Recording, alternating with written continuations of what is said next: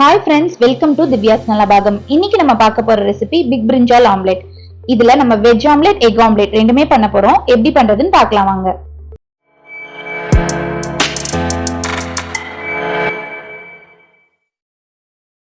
ஒரு பெரிய egg plant, இதான் பிக் பிரிஞ்சால். இதை எடுத்து நம்ம ரவுண்ட் ரவுண்டா கட் பண்ணிக்கணும்.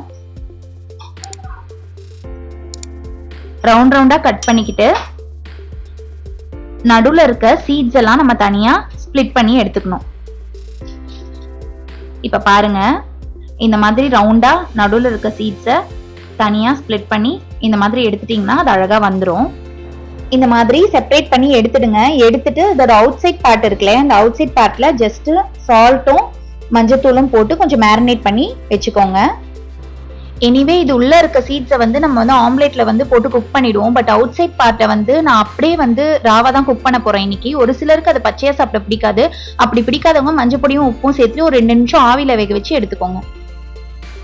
இப்ப நம்ம கட் பண்ணி வச்சிருக்க இந்த கத்திரிக்காவை பொடி பொடியா நறுக்கிக்கலாம்.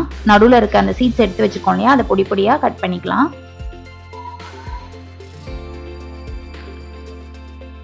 கட் பண்ணி ஒரு பிளேட்ல செப்பரேட்டா எடுத்து வச்சுக்கோங்க. இப்போ இதுக்கு ஒரு 1/4 கப் கடலை மாவு எடுத்திருக்கேன். இது வெஜ் ஆம்லேட்க்கு நான் கடலை மாவு யூஸ் பண்றேன். இதுல ஒரு 1/4 டீஸ்பூன் உப்பு சேர்த்துக்கிறேன். அப்புறம் கொஞ்சம் பச்சை மிளகாய் சேர்க்கிறேன். கொஞ்சம் கேரட் ஆப்ஷனல் தான், உங்களுக்கு பிடிக்கலன்னா நீங்க சேர்த்துக்க வேண்டாம். பட் கேரட் சேர்த்தா நல்லா இருக்கும் டேஸ்ட். கொஞ்சம் ஆனியன்,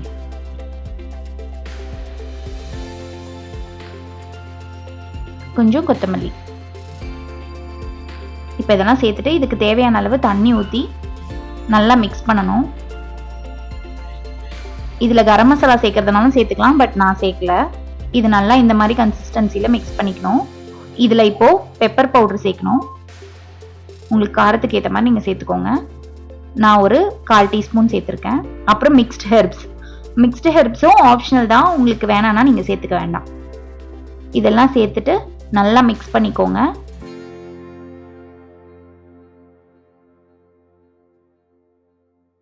பண்ணிட்டு இதுல நம்ம கட் பண்ணி வச்சிருக்க கத்திரிக்காய் இருக்கு இல்லையா, அதை போட்டு நல்லா கலந்து வச்சுக்கோங்க. அந்த குட்டி குட்டியா பீஸ் போட்டு வச்சிருக்கோம் இல்லையா, சீட்ஸ் கத்திரிக்காயோடது நடுவுல சென்டர் பார்ட், அதை இதுல போட்டு மிக்ஸ் பண்ணி எடுத்து வச்சுக்கோங்க.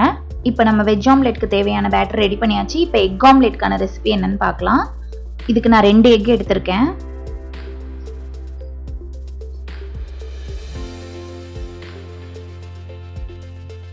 இந்த 2 எக் கூட ஒரு 1/4 டீஸ்பூன் சால்ட்டு, அப்புறம் பச்சை மிளகா, வெங்காயம், கேரட், திருவி வச்ச கேரட், எக்குன்றதுனால நம்ம கொஞ்சம் மல்லிப்பொடி சேர்த்துக்கலாம். அப்புறம் கொஞ்சம் பெப்பர் பவுடர், கொஞ்சம் மிக்சட் ஹெர்ப்ஸ். இதெல்லாம் சேர்த்துட்டு இந்த கட் பண்ணி வச்சிருக்க கத்திரிக்காயும் இதில் சேர்த்துக்கலாம். மிக்சட் ஹெர்ப்ஸ் ஆப்ஷனல் தான், உங்களுக்கு வேணான்னா நீங்கள் சேர்த்துக்க வேண்டாம். இப்போ இது எல்லாத்தையும் ஒன்றா நல்லா மிக்ஸ் பண்ணுங்க. நல்லா மிக்ஸ் பண்ணி விட்டு லாஸ்ட்டாக இதில் கொஞ்சம் கொத்தமல்லி ஆட் பண்ணிக்கலாம். ஆட் பண்ணிவிட்டு அகெயின் நல்லா மிக்ஸ் பண்ணிக்கோங்க. இப்போது ஆம்லேட்கான 2 இதுவுமே பேட்டருமே ரெடி ஆயிடுச்சு. இப்போ நம்ம ஆம்லேட் பண்ண ஸ்டார்ட் பண்ணலாம். இப்போ நம்ம மேரினேட் பண்ணி வச்சுருப்போம் இல்லையா, கத்திரிக்காய் மஞ்சள் பொடியும் சால்ட்டும் போட்டு, அதை எடுத்து நம்ம தவாவில் வச்சுக்கலாம். லைட்டாக ஆயில் போட்டு ப்ரஷ் பண்ணிவிட்டு தவாவில் அந்த கத்திரிக்காய் வச்சு அதுக்கு நடுவில் இருக்க ஸ்பேஸில் இந்த பேட்டர் ரெடி பண்ணி வச்சுருக்க பேட்டரை நீங்கள் போட்டுக்கோங்க. நான் கொஞ்சம் எக்ஸஸாக ஊற்றிட்டேன், அதனால் வெளியிலலாம் வந்துருச்சு. நீங்கள் கரெக்டாக அந்த கத்திரிக்காயோட ஸ்பேஸுக்கு ஏற்ற மாதிரி ஊற்றிக்கோங்க, அப்போ தான் அழகாக வரும். பார்த்தீங்களா, இந்த மாதிரி திருப்பி போட்டதுக்கு அப்புறமா இந்த மாதிரி கோல்டன் ப்ரௌன்ல வந்திருக்கும். இப்போ அகெயின் கொஞ்சம் ஆயில் போட்டுக்கோங்க. ஆயில் போட்டு மறுபடியும் மூடி வச்சுட்டு ஒரு 2 மினிட்ஸ் குக் பண்ணிட்டு அதுக்கப்புறமா நீங்கள் எடுத்து வச்சுக்கலாம்.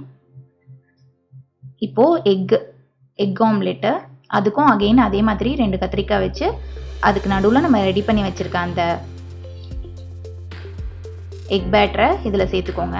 சேர்த்துட்டு கொஞ்சமாக எண்ணெய் விட்டுக்கோங்க. எண்ணெய் விட்டுட்டு அகெயின் அதையும் ஒரு 2 மினிட்ஸ் மூடி வச்சு குக் பண்ணுங்கள். பிகாஸ் கத்திரிக்காய் நம்ம பச்சையாக சேர்த்துருக்கிறதுனால அது குக் பண்ணுறதுக்கு கொஞ்சம் டைம் எடுக்கும்.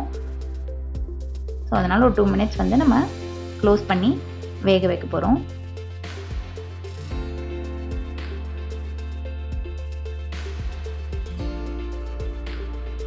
இப்போ திரும்பியும் க்ளோஸ் பண்ணி வச்சுக்கலாம். கத்திரிக்காய் வந்து நிறைய பேருக்கு பிடிக்காது. பட் இந்த மாதிரி நம்ம செஞ்சு கொடுத்தோம்னா ரொம்ப விருப்பப்பட்டு சாப்பிடுவாங்க. இப்போது ரெண்டுமே ரெடி ஆயிடுச்சு. வெஜ், அதாவது பிக் பிரிஞ்சாலோட வெஜ் ஆம்லெட், எக் ஆம்லெட் ரெண்டுமே ரெடி ஆயிடுச்சு. நான் எக் ஆம்லெட் மட்டும் மேலே கொஞ்சம் சீஸ் சேர்த்துக்கிறேன். அகெயின் இதுவும் ஆப்ஷனல் தான், உங்களுக்கு தேவையில்லைன்னா நீங்கள் சேர்க்க வேண்டாம். இப்போது நம்மளோட பிக் பிரிஞ்சால் ஆம்லெட் ரெடி ஆயிடுச்சு. இந்த ரெசிபியை நீங்களும் உங்கள் வீட்டில் ட்ரை பண்ணி பாருங்கள். ட்ரை பண்ணி பார்த்துட்டு எப்படி வந்துச்சுன்றதை கமெண்ட்ஸில் சொல்லுங்கள். நாட் ஓன்லி ஃபார் ரெசிபிஸ், உங்களுக்கு வேறு ஏதாவது ஃபீட்பேக்ஸ் இருந்தாலும் அதை ஷேர் பண்ணுங்கள். லைக் வீடியோ குவாலிட்டி இல்லை வேறு ஏதாவது டிஃப்ரெண்ட் ரெசிபிஸ் ட்ரை பண்ணுங்கள். அந்த மாதிரி இருந்தால் கூட மறக்காமல் ஷேர் பண்ணுங்கள். நான் கண்டிப்பாக அடுத்த வீடியோவில் ட்ரை பண்ணுறேன்.